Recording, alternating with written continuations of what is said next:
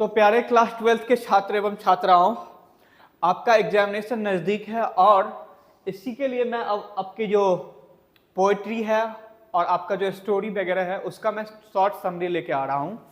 और ये short summary बहुत प्रिसाइज टू द पॉइंट है। तो आज जो हम इसमें देखेंगे, हमारा जो चैप्टर है द सोल्जर, जो द सोल्जर चैप्टर है उसी का हम लोग शॉर्ट समरी देखेंगे। बहुत प्रिसाइज टू द पॉइंट लिए हैं ताकि आपको याद रहे, और ऐसे नरेट करेंगे कि आपको कहानी की तरह याद रहना चाहिए। देखिए, सबसे पहले तो हम इस चैप्टर के नाम से एक संबंध जोड़ते हैं। द सोल्जर मतलब होता है सैनिक, सिपाही, जो अपनी देश की रक्षा के लिए काम करता हो। तो इस नाम से ही स्पष्ट है कि इस अध्याय में हम लोग एक सैनिक के बारे में पढ़ेंगे। और ये जो पोइट है, ये जो कविता लिखा गया उसका जो पोइट है वो खुद ही एक सोल्जर है, दूसरे देश में अपने देश के लिए लड़ने जाता है और वहां वो अपने भावना को प्रकट कर रहा है इस कविता के द्वारा। तो हम देखते हैं कि वो क्या प्रकट करना चाह रहा है। देखिए, ये राइटर का नाम है द सोल्जर, का जो राइटर है वो रूपर्ट ब्रुक है। ठीक है, देखिए नाम है, आप कैसे भी पढ़ सकते हैं, ब्रुक ब्रुक जो भी पढ़ सकते हैं, लेकिन ये ब्रुक कहते हैं क्योंकि एक हैरी ब्रुक नाम के क्रिकेटर है, उसके नाम से मुझे लगता है कि ब्रुक ही है। तो ये रूपर्ट ब्रुक जो है ये द सोल्जर का जो है वो राइटर है, पोइट है।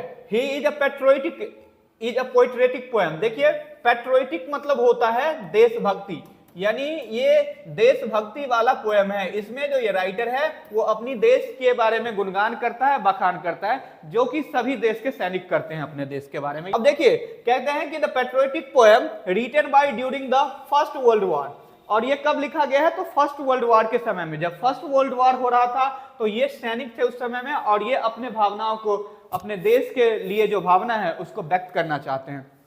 The poet expresses deep love for his country. देखिए, ये पोइट जो है, यानी ये राइटर रॉबर्ट ब्रुक है, जो सोल्जर है, वो अपने देश के लिए एक डीप लव एक्सप्रेस करता है। काफी इसका गहरा प्यार है अपने देश के लिए, उस प्यार को ये जताता है, उसको एक्सप्रेस करता है। इंग्लैंड, और वो कौन सा देश है जिसके लिए इसे प्यार है? इंग्लैंड के लिए, क्योंकि ये इंग्लैंड के एक सोल्जर हैं, सैनिक हैं। ही सेज दैट, वो कहते हैं कि if he died in the foreign land, अगर वो बैटलफील्ड में, यानी ये दूसरे देश लड़ने के लिए जाते हैं, फॉरेन लैंड में अगर ये मर जाएं तो that place will become sacred. ये वो जगह जो है, वो जगह वो सैक्रेड यानी पवित्र हो जाएगा। क्यों पवित्र होगा? तो बिकॉज, क्यों पवित्र होगा? An English soldier is buried there, एक अंग्रेज सैनिक वहां दफनाए गए हैं, इसलिए वहां पे एक अंग्रेज सैनिक को बरीड किया गया है, दफनाया गया है ना, इसलिए वो जगह जो है पवित्र माना जाएगा। क्योंकि ये कह रहे हैं कि इंग्लैंड के जो सैनिक हैं वो बहुत ही मतलब वो इंग्लैंड से बिलोंग करते हैं, और इंग्लैंड सैनिक का किसी धरती पर मरना पवित्र है, इसलिए अगर वो मर गए जहां पे, वहीं उस धरती पे उनको जहां पे दफनाया गया है वह जगह पवित्र माना जाएगा। आगे बढ़ते हैं।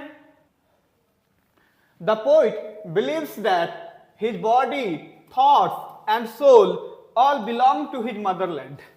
अब ये पोइट क्यों ऐसा कहते हैं? क्योंकि पोइट का बिलीव है, ये जो कवि है इनका बिलीव है कि हिज बॉडी, उसके जो शरीर है, थॉट्स है, उसका जो विचार है, एंड उसकी जो आत्मा है, वो सभी के सभी किससे बिलोंग करता है? उसके देश से, यानी वो इसके देश से इसमें समाहित हुआ है। बिलोंग मतलब होता है कि अधिकार, संबंध रखना। ये इसका संबंध किससे है? उसके देश से है, यानी उसके अंदर में ये सारी की सारी भावना उसके मदरलैंड से आई हुई है।